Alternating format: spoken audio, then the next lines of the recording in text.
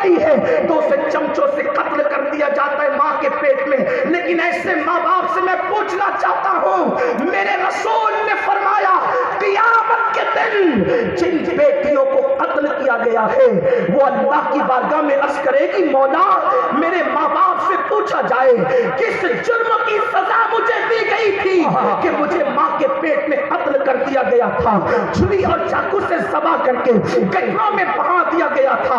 میں اپنی بہنوں سے کہتا ہوں میری بہن اگر تیری ماں نے بھی تیرے لیے یہ سوچ لیا ہوتا اور تجھے پیٹ میں کاٹ کر کے گٹر میں بہا دیا گیا ہوتا تو کیا تجھے وجود نصیب ہوتا؟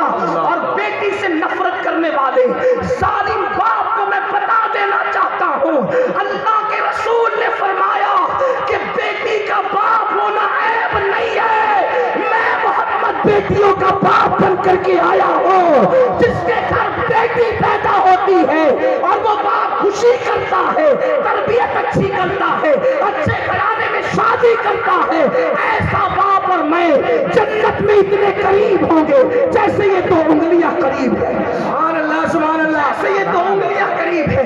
ایک صوفی بزرگ کہتے ہیں جب بیٹا پیدا ہوتا ہے تو اللہ کہتا ہے جا تاکہ تو تیرے باپ کی مدد کرے، اور جب بیٹی پیدا ہوتی ہے تو اللہ کہتا ہے جا تاکہ تیرے باپ کی مدد میں خود کروں. بیٹا آ کر کبھی باپ کی مدد کرتا ہے کبھی نہیں کرتا، لیکن بیٹی پیدا ہو تو اللہ اس بیٹی کے باپ کی مدد کرتا ہے. اللہ اکبر. میرا عنوان یہ نہیں ہے میرے پیارے آقا علیہ السلام کے پیارے دیوانوں، حدیث پاک میں آتا ہے جب بیٹی پیدا ہوتی ہے تو فرشتوں کی جماعت اس گھر میں آتی ہے اور پورے گھر کو اپنے پروں سے ڈھانپ لیتی ہے. جب تک بیٹی اس گھر میں پرورش پاتی ہے اللہ کی رحمتوں کا نزول ہوتا ہے. لیکن باہر لوگوں کی ستم ظریفیاں، جہالت کا دور دورہ، تباہی اور واہی کا ماحول. اللہ اکبر. لوگ کہیں گے مولانا آج بیٹیوں کو پیٹ میں قتل کیا جا رہا ہے، کیا نبی کی ضرورت نہیں ہے؟ آپ ختم نبوت کا عقیدہ رکھتے، کیا نبی کی ضرورت نہیں ہے؟ کل کا انسان گناہ کرنے کے لیے گناہوں کے اڈوں پہ جاتا تھا اور جتنی دیر تک وہ گناہوں کے اڈوں پہ رہتا تھا اتنی دیر تک گناہ کرتا تھا. آج کے انسان نے تو اپنے گھر کو گناہ کا اڈا بنا لیا. کیا آج نبی کی ضرورت نہیں ہے؟ آج نبی کی ضرورت نہیں ہے. آپ کیسی بات کرتے ہیں؟ کیا آج نبی کی ضرورت نہیں ہے؟ کل کا انسان ہاتھوں سے تاش کے پتے کھیلتا تھا. آج کا جدید دور کا انسان تو کوئی مشرق میں کوئی مغرب میں. تاش کے پتے اس وقت کھیلتے تھے جب سب جمع ہوتے تھے، اب جمع ہونے کی ضرورت نہیں. موبائل کے ذریعے سے 3 پتی گیم، ایک مشرق میں بیٹھا، ایک مغرب میں بیٹھا، ایک سعودی میں بیٹھا، ایک یوپی میں بیٹھا، ایک بہار میں بیٹھا، ایک بمبئی میں بیٹھا، جوا کھیل رہے. اور اس جوئے کے بارے میں میرے نبی نے فرمایا، امام غزالی فرماتے ہیں جس نے جوئے کے آلات اپنے ہاتھوں میں لیا گویا اس نے اپنے ہاتھوں کو سور کے خون سے رنگ دیا. قیامت کے دن جوا کھیلنے والے اس حالت میں اٹھیں گے کہ ان کے ہاتھ سور کے خون میں رنگے ہیں. بولو ابھی محفل ختم ہوگی، آپ علماء سے، سادات سے، امانت اعلیٰ حضرت سے آپ مصافحہ کریں گے، لیکن اللہ نہ کرے کسی کے ہاتھ کیچڑ میں بھر گئے تو کیا وہ امانت اعلیٰ حضرت سے مصافحہ کر سکتا ہے؟ ہاتھ پاک کیچڑ میں بھرے ہوں تو نائب رسول سے مصافحہ کرنے میں شرم آئے گی. سور کے خون میں ہاتھ بھرے ہوں گے تو قیامت کے دن نبی سے کس منہ سے مصافحہ کرو گے؟ آقا تو قیامت کے دن امتیوں سے مصافحہ کریں گے. اللہ اکبر. کتنی محرومی ہے. لیکن آج میرے جوان کہتے ہیں ٹائم پاس نہیں ہوتا تو ہم جوا کھیلنے بیٹھ جاتے ہیں. اپنے حال پہ رحم کر میرے بھائی. تو عرض یہ کر رہا تھا میرے آقا علیہ السلام کے دیوانوں، تو لوگ کہیں گے آپ کہتے ہیں کہ نبوت ختم ہو گئی، خاتم النبیین کے سر پہ ختم نبوت کا تاج سجا دیا گیا. تو آج تو لوگ گھر گھر کو جوا خانہ بنا چکے، فریج کے اندر شراب رکھی جا رہی ہے. کل لوگ شراب کے اڈوں پہ جا کے شراب پیتے تھے، اب گھروں میں شراب فریج پہ پڑی ہے شربت کی طرح، جب جی میں آپ پانی کی طرح نکال کے پی لو. تو کیا آج نبی کی ضرورت نہیں ہے؟ اتنی گمراہی کا ماحول ہے. آپ کہتے ہیں نبوت ختم ہو گئی، کیا نبی کی ضرورت نہیں ہے؟ اور شراب وہ جیسے پیشاب نجس ہے ویسے شراب بھی نجس ہے، یعنی پیشاب اور شراب پینے والا دونوں برابر برابر ہے. اسی لیے اللہ کے رسول علیہ السلام فرماتے ہیں جس نے شراب کا ایک گھونٹ پیا اور توبہ کیے بغیر مر گیا تو قیامت کے دن اس کا منہ یا تو سور کی طرح ہوگا یا تو بندر کی طرح ہوگا. اللہ، اس کا منہ یا تو سور کی طرح ہوگا. آج اگر چہرے پہ معمولی سی پھنسی نکل آئے تو انسان بے چین ہو جاتا ہے، یہ پھنسی ختم کیسے ہوگی. شراب ایک گھونٹ اگر پی لیا، ایک گھونٹ جس نے زندگی بھر پیا وہ تو بدبخت کی بات ہی الگ ہے، لیکن اللہ اللہ جس نے صرف ایک گھونٹ شراب کا پیا اور توبہ کے بغیر مر گیا، یا سور کی طرح منہ لے کر اٹھے گا یا بندر کی طرح منہ لے کر اٹھے گا. اور میرے کریم آقا فرماتے ہیں، عبداللہ ابن مسعود اس کے راوی ہے، کہ شرابی کو جب اس کی قبر میں رکھا جاتا ہے تو قبلے کی طرف اس کا چہرہ ہو، اللہ کو یہ بھی گوارا نہیں ہوتا، اللہ اس کے چہرے کو قبلے سے پھیر دیتا ہے. چہرہ شرابی کا مرنے کے بعد کعبے کی طرف ہو، اللہ کو یہ بھی گوارا نہیں ہے. لوگ کہیں گے شراب کا لوگ پینے اڈوں پہ جاتے تھے چھپ چھپا کر، اب فریج میں رکھی ہوئی ہے شراب. 16 سال کے بچے شراب پی رہے، کیا نبی کی ضرورت نہیں ہے؟ آپ کہتے ہیں نبوت ختم ہو گئی، خاتم الانبیاء صلی اللہ علیہ وسلم کے سر پہ خاتم نبوت کا تاج سجا دیا گیا. آج اللہ اکبر پڑوسیوں کی عورتوں کے ساتھ زنا کیا جا رہا ہے. اب تو حالات یہ بن چکے ہیں، اللہ اکبر، ایک بھائی اپنی بہن کو محفوظ نہیں رکھ پا رہا ہے، اس لیے کہ کل کا مسلمان یہ تھا کہ وہ اپنی نگاہوں کو نیچی نیچی کر کے چلا کرتا تھا. بیٹی باپ کے سامنے آنے میں شرماتی تھی. آج بیٹیاں تو پارکوں کی زینت بن رہی ہے، آج بیٹیاں تو لوجوں میں بک رہی ہے بڑی معذرت کے ساتھ. اور اللہ اکبر، یہ کڑوی بات ہے لیکن یہ سروے رپورٹ ہے، پوری دنیا میں سب سے زیادہ اگر کسی کی بیٹی لوج میں بک رہی ہے تو وہ مسلمانوں کی بیٹی. اللہ، لوگ کہتے ہیں کہ آپ بھی نبی کی ضرورت نہیں. بیٹیوں کی آبرو لٹ رہی ہے، بیٹیوں کی آبرو سے کھیل کھیلا جا رہا ہے. بیٹیاں غیروں کا ہاتھ پکڑ کر کافروں کے ساتھ بھاگ رہی ہیں. اب نبی کی ضرورت نہیں ہے. یتیموں کا مال کھایا جا رہا ہے، سود کو عام کر دیا گیا ہے، رشوت لوگ کھا رہے ہیں. کیا نبی کی ضرورت نہیں ہے؟ ہم کہتے ہیں نبی کی ضرورت تو ہے لیکن اب کوئی نبی آئے گا نہیں. بے شک، اس لیے کہ اب اللہ کسی نئے نبی کو نہیں بھیجے گا، کیونکہ اس نے اعلان کر دیا ہے ما کان محمد ابا احد من رجالکم ولکن رسول اللہ و خاتم النبیین. وہ پچھلے نبی ہیں، اب کوئی نیا نبی نہیں آئے گا، اب کوئی نبی پیدا نہیں ہوگا. تو کافر قوم کی لیا کو ساحل نجات تک کون لگائے گا؟ قوم کو صراط مستقیم کون دکھائے گا؟ قوم کا ہاتھ پکڑ کر اللہ اکبر کون قوم کو اللہ کی طرف بلائے گا؟ تو یاد رکھے اب کوئی نیا نبی نہیں آئے گا، لیکن نائب نبی بن کر ہر صدی کے سرے پر کوئی مجدد ضرور تشریف لائے گا. اللہ اکبر، اور اس کی شان یہ ہوگی مصطفیٰ جان رحمت کے اخلاق کا پردو بن کر کے آئے گا، حضور کی سیرت کا پردو بن کر کے آئے گا. وہ چلے گا تو مصطفیٰ جان رحمت کی یاد تازہ ہوگی، وہ بیٹھے گا تو مصطفیٰ جان رحمت کی یاد تازہ ہوگی، وہ بولے گا تو مصطفیٰ جان رحمت کا انداز تکلم لوگوں کو یاد آئے گا.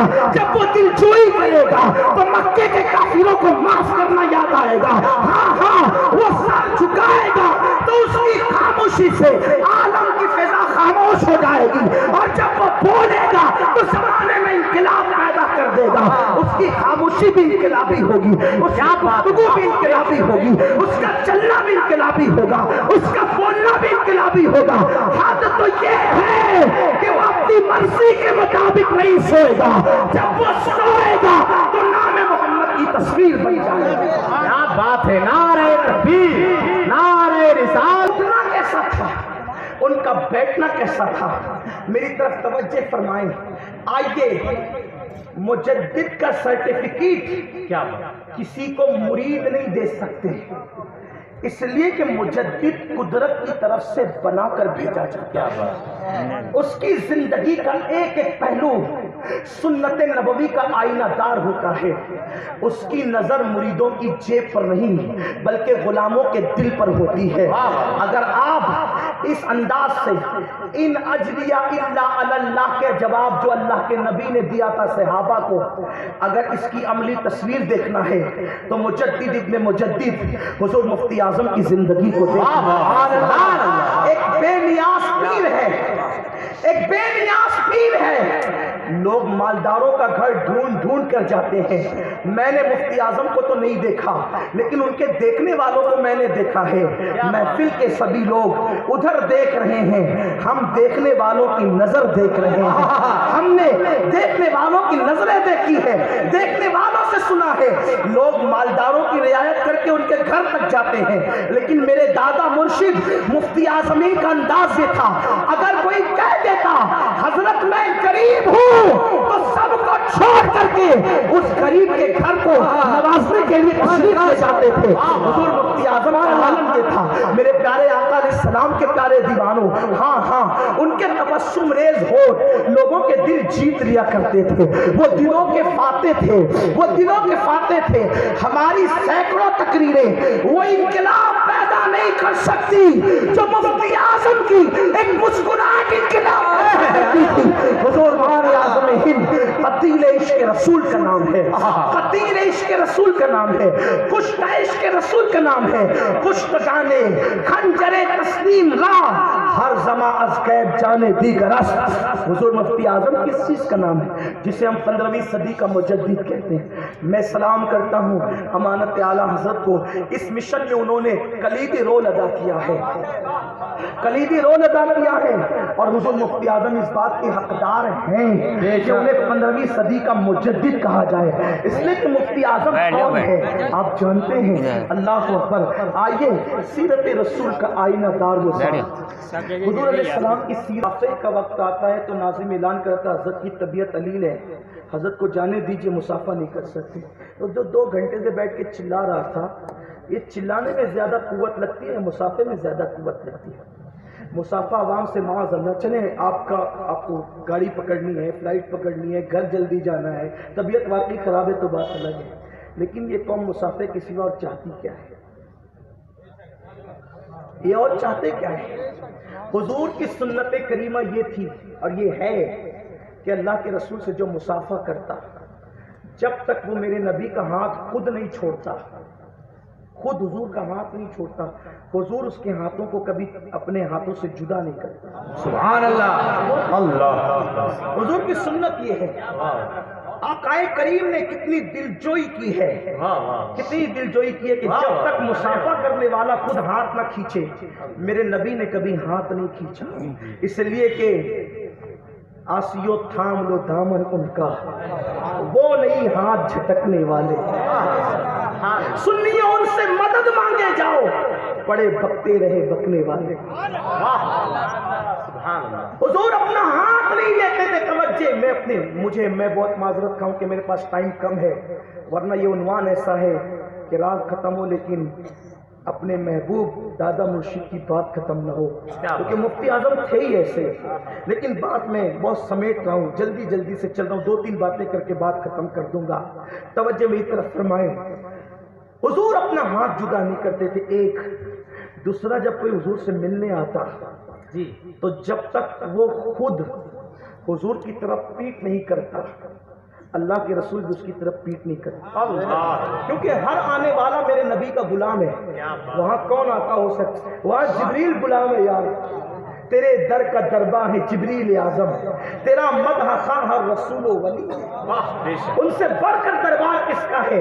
لیکن اخلاق مصطفیٰ جان رحمت یہ ہے کہ حضور ہاتھ جدا نہیں کرتے, اور آنے والا جب آتا تو دروازے تک پہنچانے خود جاتے.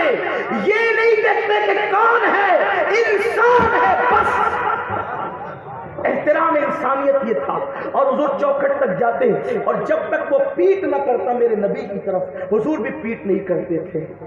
اس انداز کو, اس سنت کو اگر آپ 15ویں صدی میں دیکھیں گے تو حضور مفتی اعظم کی زندگی, ہاتھ نرم ہے, اتنے نرم کہ پکڑنے والے چھوڑتے نہیں ہیں. لیکن کبھی کوئی نہیں کہہ سکتا کہ مفتی اعظم نے جھڑک کر کے کہا ہو کہ ہاتھ چھوڑو, اس لیے کہ اللہ اکبر, مجدد آتا ہی ہے نبی کا نائب بن کر کے, اور وہ لوگوں کے دلوں کا فاتح ہوتا ہے, اور دل جوئی کے بغیر دل فتح کیا ہی نہیں جا سکتا. آئیے آپ کو ایک پیاری سی بات بتاؤں. غریبوں کا دل بڑا نازک ہوتا ہے, لیکن ہر بندہ ان کا دل نہیں جیتتا. کیا بات. بڑی معذرت کے ساتھ کوئی مالدار آئے تو ہم اس کی خیریت بھی پوچھتے ہیں، کوئی غریب آئے تو اس کی طرف نظر بھی اٹھانے کو اپنی توہین سمجھتے ہیں، گویا کہ ہم پیسوں کے پجاری بن چکے ہیں۔ ہمارے دلوں کے اندر اللہ رسول کی محبت کا وہ حق، اگر ہم بھی امیر و غریب میں فرق نہ کیا ہوتا تو آج ہماری قوم ٹوٹ کر دوسروں کے خیمے میں نہ گئی ہوتی۔ ہماری نگاہیں چندوں پر ہے، ہماری نگاہیں لوگوں کے دلوں پر نہیں۔ دل دکھانے سے بڑا کوئی گناہ نہیں اور دل خوش کرنے سے بڑی کوئی نیکی نہیں۔ سیرت مصطفیٰ کے امیر مفتی اعظم 15ویں صدی کا مجدد، میں صرف ایک روایت پڑھ کر پھر مفتی اعظم کی طرف آتا ہوں۔ غریبوں کا دل جیتنا، کیا بات ہے. غریبوں کا دل جیتنا یہ مفتی اعظم کا وصف تھا، لیکن ملا کہاں سے تھا؟ مصطفیٰ رضا کو یہ ادا مصطفیٰ جان رحمت سے ملی۔ بے شک. حضور علیہ السلام جلوگر ہیں، توجہ کریں، حضور علیہ السلام جلوگر ہیں، صحابہ کی محفل ہے، حضور واز فرما رہے ہیں، دوران واز مسجد کے دروازے سے ایک آواز آتی ہے اور سب کا سکون ٹوٹ جاتا ہے، اے محمد مجھے آپ کی ضرورت ہے۔ حضور نے نگاہ اٹھائی تو ایک عورت دروازے پر کھڑی ہے، انداز دیکھیں، ادب والا انداز نہیں ہے، بلکہ کہہ رہی اے محمد مجھے آپ کی ضرورت ہے۔ حالانکہ اس طرح پکارنے کو جائز نہیں سمجھتے، لیکن اس کا میں انداز پیش کروں، نقل کر رہا ہوں اس کی بات کو۔ اللہ اکبر، حضور نے اس کی طرف دیکھا، ظاہر سی بات ہے محفل سے کوئی پیچھے سے مجھے پکارے تو پوری محفل اس کی طرف مخاطب ہوگی۔ صحابہ نے بھی پلٹ کر کے دیکھا، حضور اٹھ کر کھڑے ہو گئے۔ کھڑے ہونے کے بعد کا بات کیا ہے کہو؟ اس نے کہا وہاں نہیں، میرے پاس آؤ، میرے پاس آؤ اور مجھ سے بات کرو۔ حضور اس کے قریب گئے، اس عورت نے سیدھا میرے رسول کا ہاتھ پکڑ لیا، میرے نبی کا ہاتھ پکڑا اور کہا بات یہاں نہیں کروں گی، آپ میرے ساتھ چلیں۔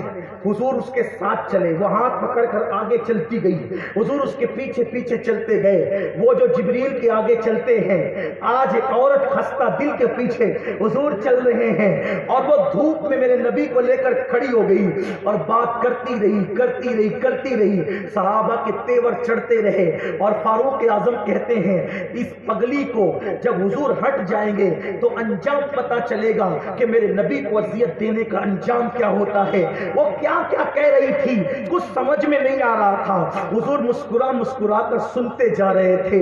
وہ کہتے نہ کہتے کچھ، وہ کرتے نہ کرتے کچھ، اے کاش وہ سن لیتے مجھ سے میرا افسانہ کہہ رہی ہے۔ حضور سن رہے ہیں، فاروق اعظم کی آستین چڑھتی ہے، کبھی جناب انس غصے میں آتے ہیں، کبھی صدیق اکبر کا جلال آتا ہے کہ یہ پگلی کو پتا نہیں کہ حضور کی بارگاہ کے آداب کیا ہیں، لیکن دیر تک حضور کھڑے رہے، دھوپ میں کھڑے رہے کھڑے رہے کھڑے رہے، لیکن کسی کی ہمت نہیں تھی کہ حضور کو کچھ کہتا، اس لیے کہ وہاں تو سب لوگ اللہ اکبر ادب کے مجسمے بنے رہتے تھے۔ جب وہ عورت اپنی بات مکمل کر چکی تو حضور نے بس اتنا کہا ٹھیک ہے، جب تیری کوئی نہ سنا کرے تو تم میرے پاس اپنا دکھڑا لے کر کے آ جا تاکہ میں تیری فریاد سن لیا کروں۔ اور پھر وہ چلی گئی، حضور ہٹ گئے تو صحابہ کرام نے عرض کیا یا رسول اللہ آپ کے علم مبارک میں یہ بات ہوگی کہ وہ عورت کی عقل سلامت نہیں ہے، وہ پاگل ہے پاگل، اور اس پاگل نے آپ کو اذیت دی ہے۔ حضور فرماتے ہیں ہاں مجھے بھی پتا ہے کہ وہ پاگل ہے، لیکن جس کی کوئی نہیں سنتا اس کی سننے کے لیے مجھے بھیجا ہے۔ جس کو سب نظر انداز کرتے، جس کو سب نظر انداز کرتے، اگر میں بھی اس کو نظر انداز کر دوں تو یہ اپنا ٹکڑا لے کر کے کہاں جائیں گے؟ جس کا کوئی سننے والا نہیں اس کا سننے والا میں ہوں۔ اب اگر اس انداز میں اس سیرت نبوی کے پہلو میں حضور مفتی اعظم کو دیکھیں، بیٹھے ہیں، نہ کھانے کی فکر ہے نہ سونے کی فکر ہے، ہر بندہ اپنا ٹکڑا لے کر کے آتا ہے۔ مفتی اعظم تعویذ دیتے جاتے ہیں اور ٹکڑوں کا مداوع کرتے جاتے ہیں، بلکہ اللہ اکبر غریبوں کا مداوع کیسے کرتے تھے؟ ہم نے تو سنا ہے کہ حضور مفتی اعظم کے پاس ایک صاحب آ کر کہتے ہیں حضرت میری سائیکل کی چین بار بار اتر جاتی ہے، تعویذ عطا کریں۔ ایسے لوگ بھی آتے تھے، میرے اور آپ جیسا ہوتا تو جھڑک کر بھگا دیتا، لیکن جس کے نزدیک دل کی اہمیت، دیکھو جو مجدد ہوتا ہے نا، مجدد وہ ولی بھی ہوتا ہے۔ اپنے وقت کے تمام ولیوں، جن کی داڑیاں حد شراب کو نہ ہو، وہ لوگ آج مجدد کی قدر، جن کو نماز کے مسائل میں سو ہوتا ہو، آج لوگ وہ مجددیت کا دعویٰ، حیرت کی بات ہے۔ مجدد جو ہوتا ہے، علم میں اس کا مقام اتنا بلند ہوتا ہے کہ دنیا بھر کے سارے علماء یا اکثر اس کی طرف علم کے معاملے میں رجوع کرتے ہیں، اور ولایت کی اس منزل پر ہوتا ہے کہ اولیاء اس کی طرف رجوع کرتے ہیں۔ سبحان اللہ، نعرہ تکبیر، نعرہ رسالت پر ہو تو ایک پر محمد، خدا اس سے بڑھ کر سورا ہوا دل کون سا ہو سکتا ہے؟ خدا ایک پر ہو تو ایک پر محمد، اگر قلب اپنا دوبارہ کرنا سبحان اللہ، اور دل سنبھالنے کا حال کیا ہے؟ آنے والا آ کے کہتا ہے حضرت میری سائیکل کی چین اتر جاتی ہے، حضور مفتی اعظم نے اس کو بھی تعویذ دی، حضور مفتی اعظم نے اس کو بھی تعویذ دیا۔ یہ حضور مفتی اعظم رحمت اللہ علیہ کی شان ہے۔ تو کہہ رہا تھا وہ کشتہ عشق رسول تھے، مفتی اعظم کشتہ عشق رسول تھے۔ آپ ممبئی میں ایک حاجی کے گھر پر، حاجی صاحب کے گھر پر مقیم تھے۔ حضور مفتی اعظم نے کہہ رکھا تھا، حضور مفتی اعظم نے کہہ رکھا تھا کہ جب میں کمرے میں چلا جایا کروں تو پھر میرے کمرے میں اجازت کے بغیر کوئی نہ آیا کرے۔ دیکھو ہم لوگ بہت محتاط لوگ ہیں، اور کسی مومن کے لیے غلط بات بیان کرنا ہم جائز نہیں سمجھتے، ایک ولی کی طرف غلط بات منسوخ کرنا ہم بہت بڑا جرم سمجھتے ہیں، اس لیے بہت احتیاط سے بات کرتے ہیں۔ اور ایک بات ہے، ان لوگوں کو اپنے پیروں کے لیے باتیں گڑھنی پڑتی ہے جن کے پیر صاحب فضیلت نہیں ہوتے، ہمیں گڑھنے کی ضرورت نہیں ہے، اس لیے کہ ہمارے دادا مرشد حضور مفتی اعظم کو ان کے پیر نے پیدائش کے وقت کہا تھا کہ یہ مادرزاد ولی ہے۔ جس کا مرشد پیدائش کے وقت کہے کہ مادرزاد ولی ہے، اس کی ولایت میں شک ہے۔ کیا بات ہے۔ تو حضور مفتی اعظم رحمت اللہ علیہ کا یہ فرمان تھا کہ جب بھی میں کمرے میں چلا جایا کروں تو میرے کمرے میں اجازت کے بغیر کوئی نہ آیا کرے۔ ایک دن ایسا ہی ہوا کہ حضور مفتی اعظم دن بھر تعویذ گھڑتے رہے، شام ہو گئی، رات ہو گئی، تعویذ لینے والوں کی بھیڑ لگی رہی، لوگ تعویذ لے کر جاتے رہے، ایک ایک بندہ 8-8 10-10 تعویذ لیتا، کہ قوم تو وصول کرنا جانتی ہے، نچوڑنا جانتی ہے، تھکن کا احساس اور کیا اور کیا اور کیا، عقیدتوں کے آگے ہماری قوم کچھ نہیں دیکھتی۔ مفتی اعظم، لیکن یہ مفتی اعظم تھے، غریب پرور مفتی اعظم، بندہ نواز مفتی اعظم، دل نواز مفتی اعظم، دل ربا مفتی اعظم، کیا بات ہے، ولی سیرت مفتی اعظم، ولی صورت مفتی اعظم، کیا بات ہے۔ حضور مفتی اعظم تعویذ دیتے رہے، اس لیے کہ نہ کہنا یہ میرے نبی کی عادت نہیں، اور وہ 15ویں صدی کے مجدد تھے، نائب نبی تھے، ماشاءاللہ نبی کے نائب تھے، تعویذ دیتے رہے، کھانے کی بھی فکر نہیں کی، کھانا نہیں کھایا۔ آج کل ہم اپنی ضروریات کا خیال زیادہ رکھتے ہیں، قوم کا کم رکھتے ہیں، کھانا نہیں کھایا۔ آخر کار ایسا ہوا کہ حضرت کھانا کھائے بغیر اپنے کمرے میں چلے گئے، صاحب خانہ کو خیال آیا حضرت نے کھانا نہیں کھایا، سوچا کہ اب کھانا رات زیادہ ہوگی، کھانا نہیں کھائیں گے، دودھ ہی حضور مفتی اعظم کو پیش کر دیتے ہیں۔ دودھ گرم کیا، اور گرم کرنے کے بعد جیسے کمرے میں داخل ہوئے تو کیا دیکھا کہ مفتی اعظم کا کسی نے قتل کر دیا اور جسم ٹکڑے ٹکڑے ہو گیا ہے۔ یہ منظر دیکھ کر کہ میرے مرشد کو میرے گھر میں، دنیا سنیت کے تاجدار کو میرے گھر میں قتل کر دیا گیا، پوری زندگی میری نسلیں بھی سر اٹھا کر کے جی نہیں سکتی۔ وہ چیخ مار کر کے بے ہوش ہوا، زمین پہ گر پڑا، اور جب ہوش آیا تو حضور مفتی اعظم نے اس کو تھامے ہوئے تھا اور مسکرا کر فرما رہے تھے، حاجی صاحب دودھ میں میرا حصہ نہیں تھا، زمین کا حصہ تھا، سو زمین پی گئی، زمین کا حصہ تھا تو زمین پی گئی۔ میں نے تو پہلے کہا تھا نا کہ میرے کمرے میں اجازت کے بغیر نہ آنا، قربان جائے، دھیان سے سنیں، بہت دھیان سے سنیں۔ لیکن اس نے کہا تھا حضرت جو بس ہوگا، لیکن بتائیں جو منظر میں نے ابھی دیکھا کہ آپ کے جسم کے ٹکڑے ٹکڑے ہو چکے تھے، یہ کیا تھا؟ مفتی اعظم نے فرمایا جب تک میں حیات رہوں کسی سے اس کا ذکر نہیں کرنا. جب تو نے میرے جسم کے ٹکڑے دیکھا ہے، میں قتیل عشق رسول ہوں. میں قتیل عشق رسول ہوں. روز جیتا ہوں، روز مرتا ہوں. سبحان اللہ. روز جیتا ہوں، رسول ہوں. روز مرتا ہوں، روز جیتا ہوں، روز مرتا ہوں. اسی لیے تو احمد جام کہتے ہیں کشتگانے خنجرے تسلیم را، ہر زمان از غیب جانے دیگر است. جو عشق رسول کی راہ میں قتل ہوتے ہیں، ہر لمحہ انہیں ایک نئی زندگی دی جاتی ہے. جو مفتی اعظم اتنے محتاط تھے، توجہ، حضور مفتی اعظم اتنے محتاط تھے، جہاں پر اوروں کی نظر نہیں جاتی تھی وہاں مفتی اعظمین کی سوچ و فکر پہنچتی تھی. توجہ کریں، بہت محتاط تھے. اور ایک بات یاد رکھیں، اوروں سے توبہ کرانا بہتوں کو آتا ہے، لیکن اپنی غلطی